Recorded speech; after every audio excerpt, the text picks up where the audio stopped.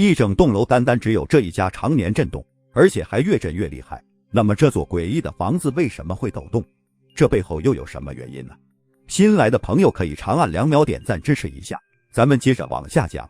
这家的周女士最先发现这一情况。有一天她回家发现自己的心跳很快，而且自己还怀有身孕。来到外面就没有这种感觉了，仔细一观察就发现这个房间正在发生抖动，这可把周女士吓坏了，以为是地震，赶紧就出门了。可是外面却是静如止水。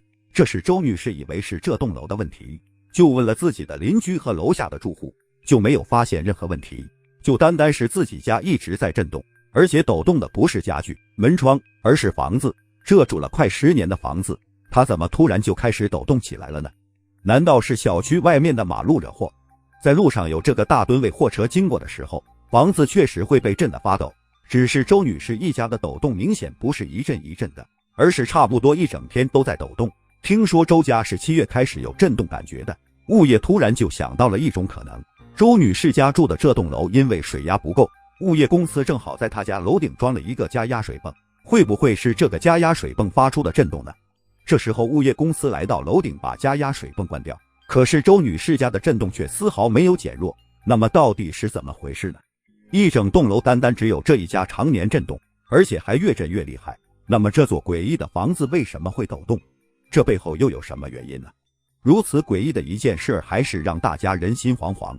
时间一长，这个鬼啊神啊之类的说法也开始冒头，这样周女士家里就请来风水先生，做了各种的法事都没办法消除，看来只能找来专业的科研人员了。周女士马上就找到了地震局，接到报告，地震局也很重视，很快就派出了一位专家，带着各种仪器来到了周女士家。这个测震仪一打开机器，就在周女士家捕捉到了一个奇异的震动波，就是因为这个震动波每秒6次，一直在不停的转动。那么这能说明什么呢？这说明这是一个人工的设备在发出震动，而且只有7楼的周女士家抖个不停。专家们也是一头雾水，现在的当务之急是要找到震动源，避免影响周女士的胎儿。以周女士那个房子为圆心，500-600米的距离，寻找这周边的大大小小的工厂。每到一家工厂，专家们都会要求工厂机器关掉，然后通过步话机和留守在周女士家的工作人员进行联系，看测震仪的显示会不会有什么变化。可是找了将近3-4天都没有任何的收获，周女士一家可算是绝望了。就在张罗着卖房子的时候，一个人出现了，他说他能解决。这人是谁呢？一整栋楼单单只有这一家常年震动，而且还越震越厉害。那么这座诡异的房子为什么会抖动？这背后又有什么原因呢？就是这位专门从事建筑防震工作的高级工程师张雷杰。从记者呢也听说了这个周女士的遭遇之后，张雷杰很是同情，立马就要到了物业的工程图纸，左思右想大半天，终于找到了问题的所在。原来张雷杰从图纸上发现，周女士自家的户型虽然和其他住户的差不多，但还是有一处挺关键的不同，就是周女士家房屋的主梁，它不是像别人家一样站在房间的正中间。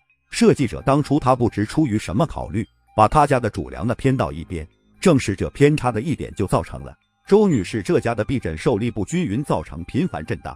张雷杰根据震动特性选取几个特殊的地方进行搜查，就在这时发现了一个铁丝网，在外面根本发现不了，而且没有声音。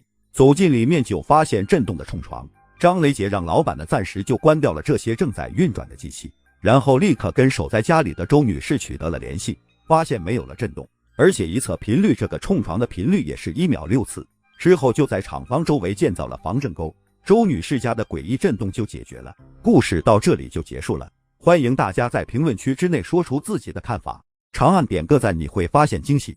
你们的支持是我创作的最大动力，我们下期再见。